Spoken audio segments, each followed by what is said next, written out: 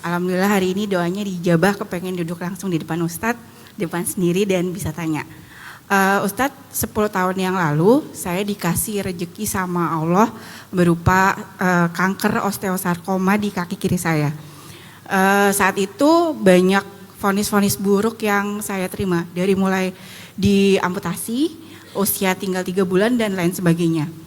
Tapi itu saya terima dengan baik. Alhamdulillah saya bisa menjalani. Selama berproses ini justru yang jadi masalah adalah ada orang yang menghancurkan saya secara psikis. Saya dihancurkan bertubi-tubi, jadi sampai saya tuh nggak bisa ngerasain sakit kankernya kayak apa tuh saya nggak ngerasain Ustadz. Jadi kayaknya saya ngerasain sakitnya justru kok sakitnya malah jadi secara psikis ya, karena saya sakit saya dihancurkan bertubi-tubi. Tapi saya berusaha untuk menerima bahwa seperti Ustadz bilang bahwa takdir Allah itu selalu baik. Di situ fokus saya hanya satu, saya harus hidup lebih lama untuk anak saya. Jadi saya juga berdamai dengan saya nggak mau memikirkan orang itu, dan katanya kalau kita sedang dizolimi lebih baik kita mendoakan diri sendiri. Saya jadi berdoa untuk hidup lebih panjang, dan alhamdulillah ini adalah tahun ke-10 saya hidup lagi.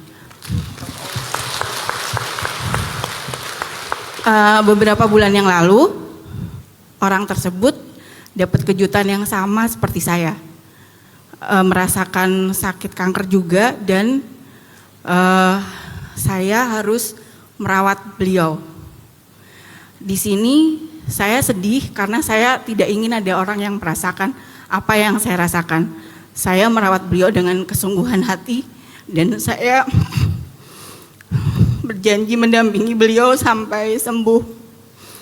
Saya ridho Ustadz, tapi setelah berproses beberapa waktu kadang kayak ada film yang diputar. Jadi di saat saya mendampingi tiba-tiba kayak ada memori yang diputar, kayak dejavu Ustadz. Gimana caranya saya menghapus dejavunya? Saya nggak mau memori yang diputar ini mengurangi keridoan saya nggak mau nggak dapat pahala karena itu. Saya kepengennya, saya juga sudah berdamai, saya selama ini sudah hidup berdampingan dengan baik. Tapi kayak ada slide-slide foto yang diputar lagi kayak gitu. Jadi bagaimana Ustadz, apakah mungkin Ustadz bisa kasih saya pencerahan? Saya kepengen mendampingi dengan sepenuh hati dan saya nggak mau keriduan itu bisa terganggu dengan memori-memori itu. Satu lagi Ustadz, di 2018, kalau nggak salah pertama kali Ustadz kesini, saya juga ikut sharingnya Ustadz, dan itu waktu itu saya juga dikasih kejutan ayah saya kena kanker nasofaring. Saya mau bilang terima kasih sama Ustadz karena dari 2018 sampai 2021 sharingnya Ustadz menemani pengobatan ayah saya, dan hari ini adalah tepat 3 tahun ayah saya meninggal. Terima kasih Ustadz. Semoga Mbak Sofi ini menjadi ahli surga insya Allah. Karena wajahnya wajah ciri-ciri ahli surga, Masya Allah. Wajah orang yang ridho, wajah orang yang ikhlas dengan segala takdir Allah. Semoga Allah jaga hati Mbak Sofi tetap dalam keridhaan dan istiqomah. Ya kadang ada ungkapan forgiven but not forgotten. Jadi kayak kita udah berdamai, kita udah bisa maafin seseorang, tapi kan di luar kendali kita bahwa kita belum bisa sekaligus melupakan hal-hal yang buruk yang pernah kita alami dari orang itu. Dan ini bukan sesuatu yang akan mengurangi keikhlasan ataupun keberkahan dalam kebaikan kita. Jadi kalau kita nggak bisa melupakan keburukan seseorang, selama itu tidak mengurangi kebaikan kita kepada dia, maka tidak akan berkurang juga pahala di sisi Allah Subhanahu wa taala. Sesekali muncul atau bahkan ada beberapa orang yang sering kali muncul. Dalam kemunculan itu dia melawan dan tetap berbuat baik, dan itulah perjuangan dia, jihadnya dia. Jadi jihadnya kita adalah masih mau membalas keburukan orang lain dengan kebaikan, meskipun kita masih sangat ingat dengan keburukan-keburukan itu. Bahkan bekas-bekas keburukan itu masih ada dalam kehidupan kita, bahkan mungkin diri kita. Kalau bentuknya zahir mungkin masih ada lukanya. Kalau bentuknya batin mungkin masih kerasa lukanya. Kalau bentuknya finansial mungkin masih kita rasakan dampaknya dalam karir kita atau kehidupan pribadi kita.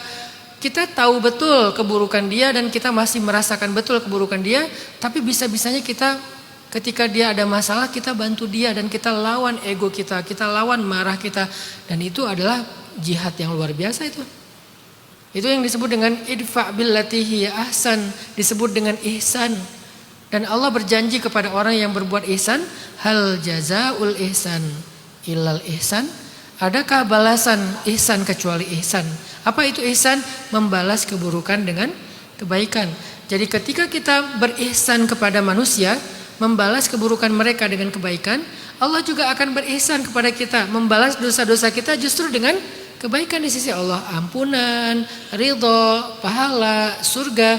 Jadi Allah justru membalas dosa-dosa kita dengan kebaikan. Kok bisa ya Allah membalas dosa-dosa kita dengan kebaikan? Karena pun kita selalu membalas keburukan orang lain dengan kebaikan. Itu disebut dengan ihsan. Idfa billati hiya ahsan, hal jazaul ihsan illal ihsan. Jadi Mbak Sofi, teman-teman sekalian, gak harus lupa. Tapi justru ketika ingat kita masih tetap istiqomah, masih tetap berbuat baik, pahala kita saat itu lebih besar daripada ketika kita lupa. Kenapa bisa kayak gitu? Karena itu sama dengan orang yang berinfak ketika sulit.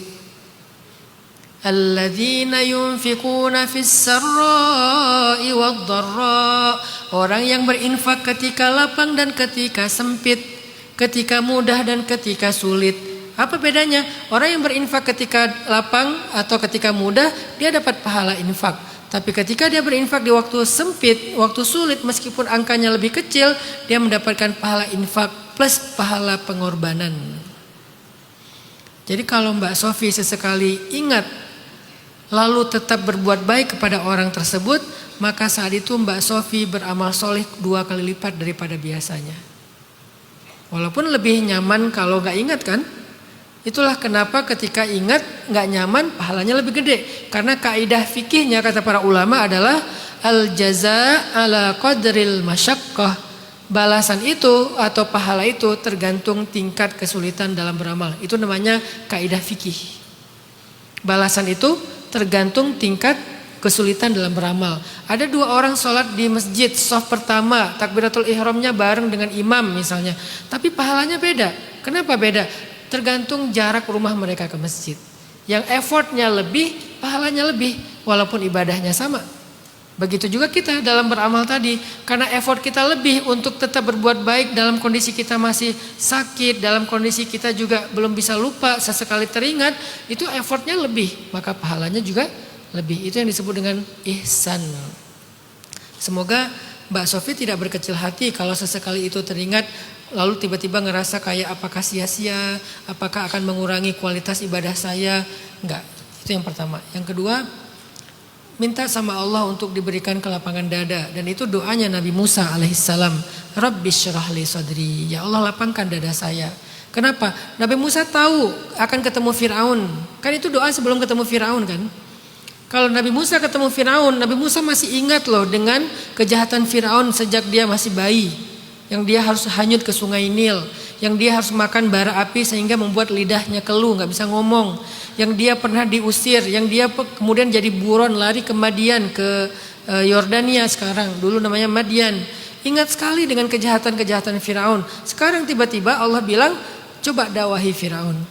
Ajak Firaun kepada iman, ajarin Firaun tentang tauhid. Kan ini kayak harus ngajarin orang yang udah jahatin kita. Harus nasehatin orang yang jahatin kita. Harus ngajak kepada kebaikan orang yang harusnya celaka aja, gak usah dapat kesempatan kepada kebaikan.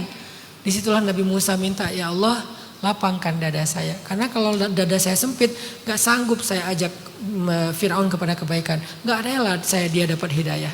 Kan harusnya Nabi Musa yang udah dendam banget sama Fir'aun gak rela dong kalau Fir'aun itu dapat hidayah. Harusnya Fir'aun itu celaka aja. Sehingga Nabi Musa berdoa, ya Allah lapangkan dada saya. Baru kemudian mudahkan urusan saya.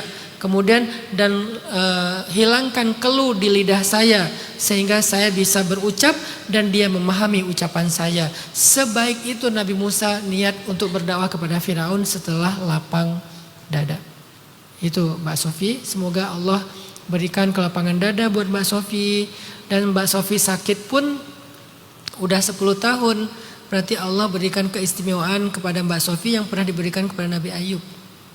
Jadi Mbak Sofi itu kan nanti di akhirat orang itu yauma idzi yasdurun nasu ashtatan, berkelompok-kelompok sesuai dengan amalnya, liyura a'malahum. Mungkin salah satu di antara kelompok yang akan Mbak Sofi temui kelak di akhirat adalah para anbiya, salah satunya Nabiullah Ayub alaihissalam. Sehingga dengan sakit ini Allah akan angkat derajat Mbak Sofi sederajat dengan para anbiya seperti Nabi Ayub. Ditambah lagi udahlah sakit harus berbuat ihsan. Ini lebih dahsyat. Udahlah sakit harus berbuat ihsan. Insyaallah Mbak Sofi itu orang istimewa.